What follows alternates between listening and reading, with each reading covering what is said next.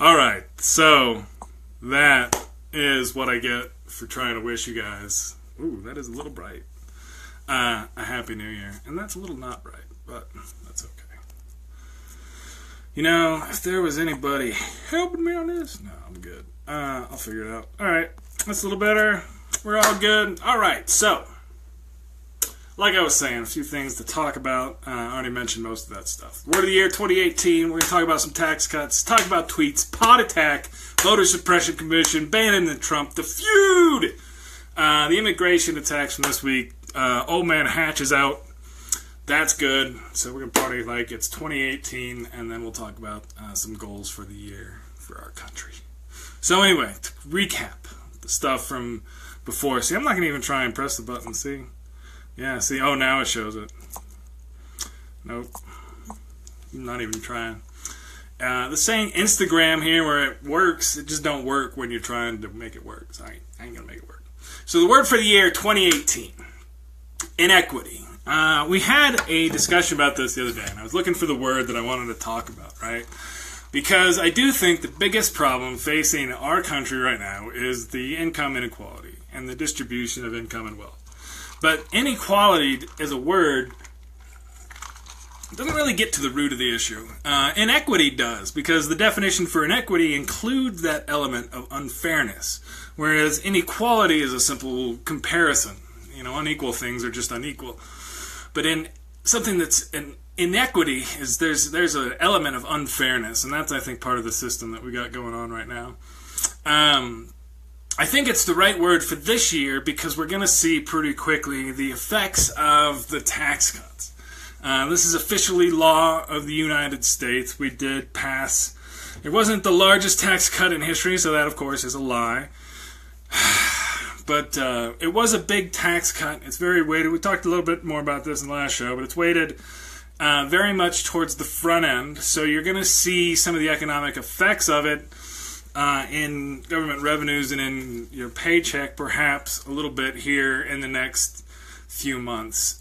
It probably, for most people, will be about the same size, maybe a little bit smaller than the payroll tax cuts that we did as the stimulus back in 2007. You may remember that, where your check was a little bit bigger for a while as they were taking out a couple percent less. If you make the big money, you good.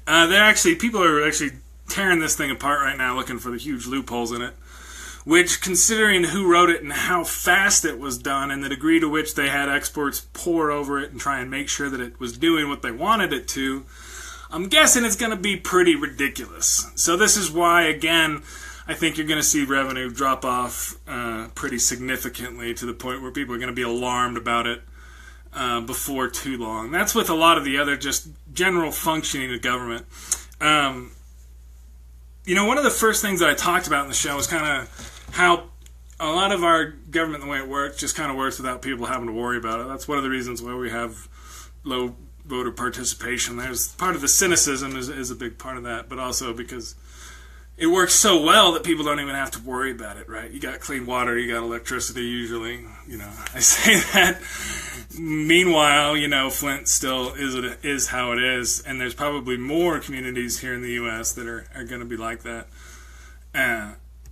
as this inequity continues to rise and get a lot worse. There's actually no way that it can't get worse with these tax cuts.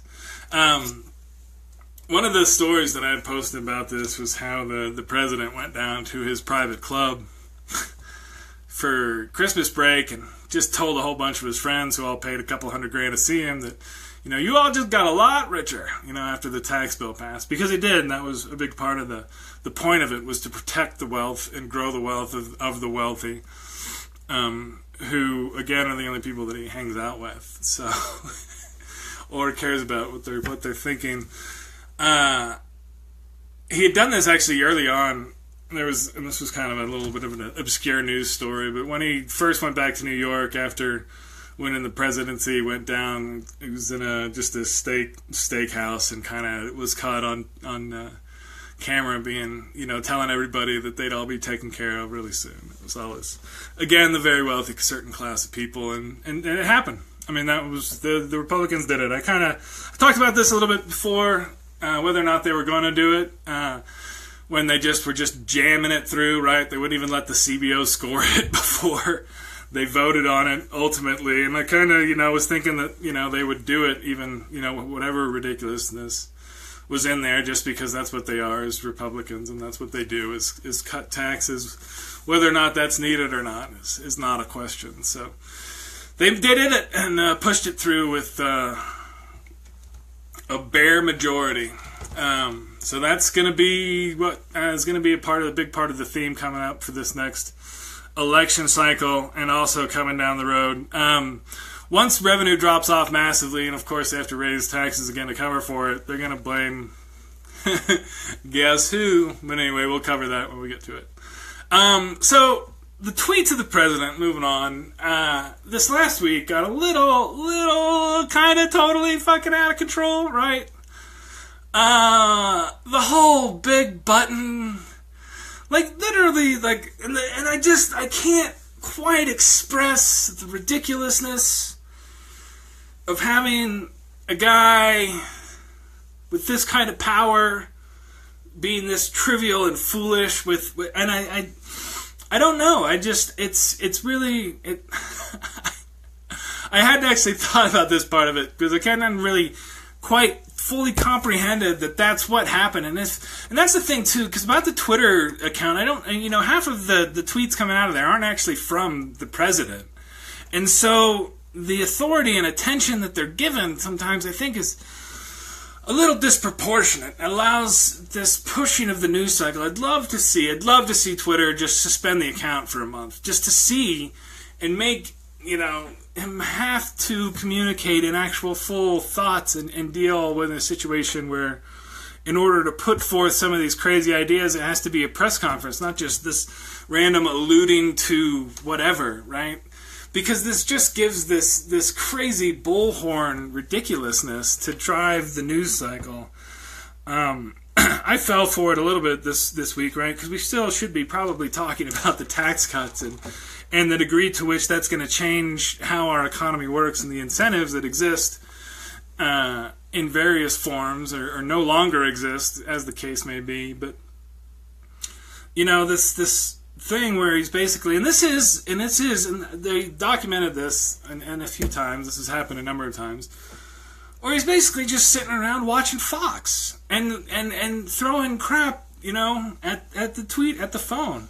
Right, responding to a show that he saw, and it's correlated to a degree that's just kind of ridiculous. So this is really just, an old man watching Fox, just blah blah blah, doing it. And Fox is just such ridiculous crap. I don't know if you've ever actually watched it for a while, but anyway, the White House looks like they're going to ban phones for staff and guests. We'll talk a little bit more about part of why that's happening, but if only that would happen for the president as well, that would be wonderful. But I don't know that we have a media that's able to keep up with this and put anything kind of in context, and I don't know that you can when this is going on. So today there was some big news coming out of the Department of Justice. The Keebler elf that runs that, the guy who perjured himself in his testimony about his contacts with the Russians, Mr. Sessions, Jeffrey Beauregard Sessions. We just, I can't, it's the bad pot. So they rescinded, essentially what happened is there was a series of memos that were guidance for U.S. attorneys, as far as precedents for prosecution, and basically saying, don't give really any precedence to these people who are violating federal law in these states because they, whatever, blah, blah, blah. That's the gist of it. The reasoning I'll leave to the lawyers. States' rights, I think we used to call it. But anyway, so this is the precursor for the Justice Department cracking down on California and, I'm sorry, and anybody else that they want to. It's kind of one of those situations where you have everybody, you have a great number of people in violation of a law, which gives you a great deal of power over them to don't get what you want, right? Because once you have them under your thumb, you're like, well, you guys are violating the law, and I might not arrest you if. So it's been interesting. There's a couple of Colorado Republicans that I follow and harass on the face of the book. Mike Kaufman and Corey Gardner. They both came out today because they have seen, well, whatever. Pot is legal here in Colorado, and it's been a great boon for the economy, and it's been a pretty large success, particularly for politically active people, to the degree that both of them have came out against. I mean, that spoke up and said, "Hey, what the hell's going on?" Corey, the senator, the Republican senator, of course, the Democratic senator was already calling bullshit, but the Republican senator basically said, "Well, you promised me that you weren't going to do this, and now you changed your mind." Of course, he's a Republican, so you should know that you can't trust Republicans, even when they're testifying in the Senate, because Republicans won't hold Republicans accountable for lying in the Senate. So anyway, that's going to go on. Well, we'll keep an update on that. But yeah, that worm turned this week, and it was largely expected for a while. This was one of those things that, again, both sides are the same, except they aren't at all. Here's yet another issue with net neutrality that goes up there. That's one of those just straight dead ringer wins for the Democrats, and hopefully they can take these and run with it. There's a few of them that are picking up that blunt, so we'll see how that goes. They announced this week that the Presidential Commission into I Didn't Really Lose was disbanded.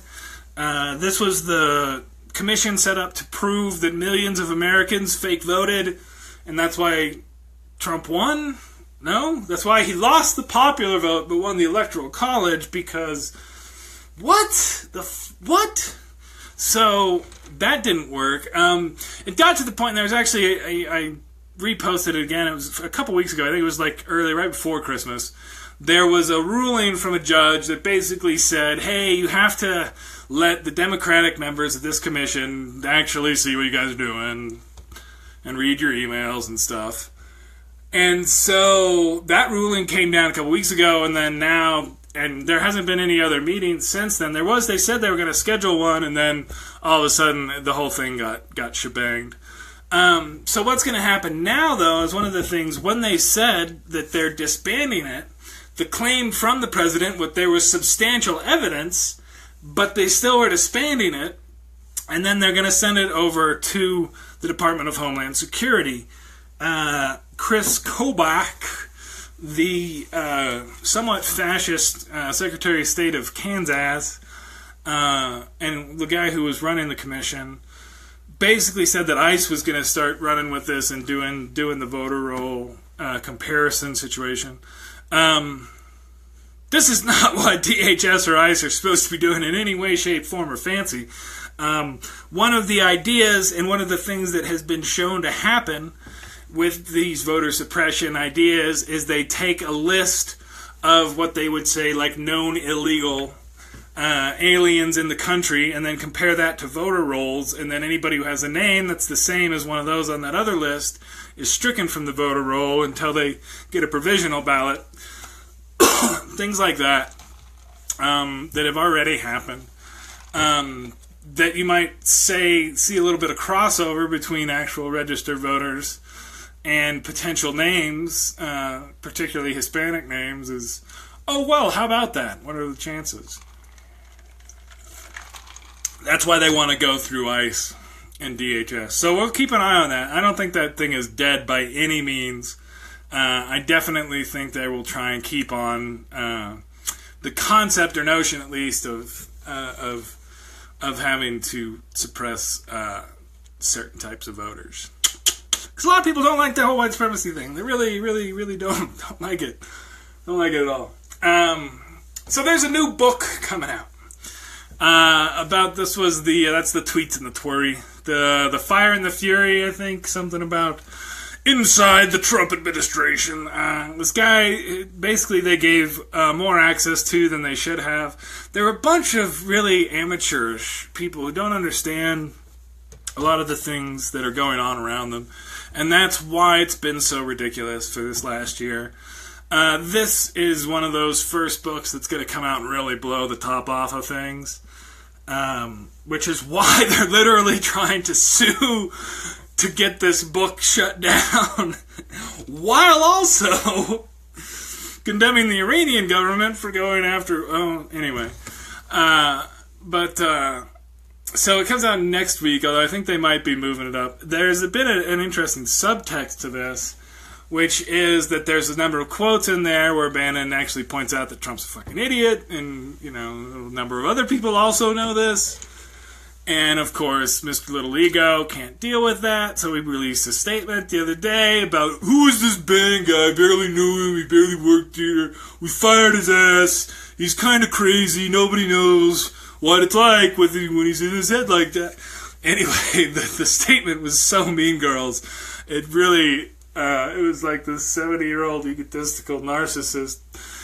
Anyway, so Bannon came back, because these are all old quotes and old interviews. This isn't stuff that Bannon actually knew or thought would be coming out, I don't think, a lot of the case. So he came out and he's like, oh yeah, Trump's a great guy, he's a great man, one of those things. So anyway, he basically totally genuflected, but his funding looks like got cut off. And there was some funny... super right-wing threads on this, because they don't know, they were like, alright, and the Russian trolls were totally confused about who to support, so they were all silent for a while, like, are we turning on Trump now, or who are you sticking, I don't know, so they didn't know either. It was kind of funny. But anyway, it ended up being, as is going to happen every time, which is why he picks these battles. It's going to go with the big one. Any one-on-one battle is going to go to the naked president, because who wants to fight that? So anyway, this actually came up with Scaramucci and got him super killed super fast. But these guys are amateurs. They don't know how to work the angles, and so they say stuff to people who are going to tell other people that they said it and think that they'll spin it the way they want to, but that's not how that stuff works. So... back to the more serious on the policy side, the immigration attack. So, the deal for the Dreamers gets more and more ridiculous. Because now it's, you gotta pay for the wall, and no more chain migration, no more lottery, and no family-sponsored migration either. We gotta get rid of that, and then we'll let the Dreamers, stay. Yeah. So... we'll see. This is going to happen over the next couple weeks. There needs to be a legislative solution, right, from Congress to essentially kind of reset the situation here. Because these people and these kids have been here, and these are not even kids anymore, because this thing has dragged on for so long. Now, it's very obviously like just a straight-up kind of hostage situation where the president's trying to hold the power to kick these kids out of the only country they've ever known. This is one of those things, like, the reason why this group of people was picked as one of the... because it was thought, like, this is one of the simple, easy, very straightforward, moral, no kind of question. These are, children who didn't do anything, but their parents brought them here, and that this is the only country that they've known. They're, stayed out of trouble, done this, done that, and then they registered, they did that, and this... well, people are, you're all just criminals and just stupid. No, they're not, actually, because they can't be and be part of this program. So, again, this was the whole idea, is like, we'll jump through every single fucking hoop you got, and then we have this group of people. Can we do this now? Well, they're still, like, bank robbers can just, like, give money to kids, huh? Go fuck yourself. You guys, So, and now you see, and this is actually, somebody else pointed this out too, right? Because that was the thing that they were hiding behind, right? It's like, we're not against immigration, we're against illegal immigration, right? Well, why is chain migration now? Why is the lottery up? Why is no family-sponsored immigration? You want to change the law so there's no family-sponsored immigration? And that's what they're arguing for now. It's not about illegal anymore. It's immigration. And then the other hypocrisy, and this is what on the Iranian protests, because that's another news story that I haven't really been talking about, but the public there is fed up with their economy and basically the bullshit they have to deal with because they don't want to deal with that crap anymore. So they've been protesting, but our government, this particular administration, has no leg to stand on. Because, again, you've already criticized NFL players and anybody else. The Black Lives Matter movement is like a joke to you people when it's actually a protest against injustice. So, there's no credibility for them, really. And that kind of thing on the global stage is important. It matters. That's where you get your ability to influence other countries is through that credibility. And our credibility is just being squandered left, right, and center. And they're like, well, what do we get from, having this lottery where people from all these other countries can come? We have context now with all this. Anyway, this is what made our country, and is made our country into a very powerful place. And that's why I think it can resist this. Which I'm going to bring up to the last couple things. Orrin Hatch is out, which is great because I was sick of this fucking ass. Which means there's another Utah seat open, which means Bannon will be back picking some nutball up there. If that nutball wins the Republican primary, you might get a Democrat in Utah, but we'll see. But that brings us to these 2018 elections. So get out there, make sure you got to get registered, we got to vote. If one of the houses of Congress doesn't switch over this year, it's going to be very difficult. Because there's going to be, I think we've already seen how much law can be changed on this single one person majority, two people majority vote. And so I don't want to have to do this crap for a long time. Let's get this sorted out pretty quick. So good to see you too, Joe. You looking for a good 2018? Because I think this is gonna be a good year. I'm looking forward to it. I think it's gonna be a very chaotic year. Make no question about that. It's gonna be a very eventful year, I think. And I think that's gonna be something of an understatement. But I think we'll be all right. But I do think everybody needs to be ready. I really think this is one of those where one of your if you are a person who lives someplace, one of your 2018 goals should very much be getting your, week-long or whatever disaster supplies ready.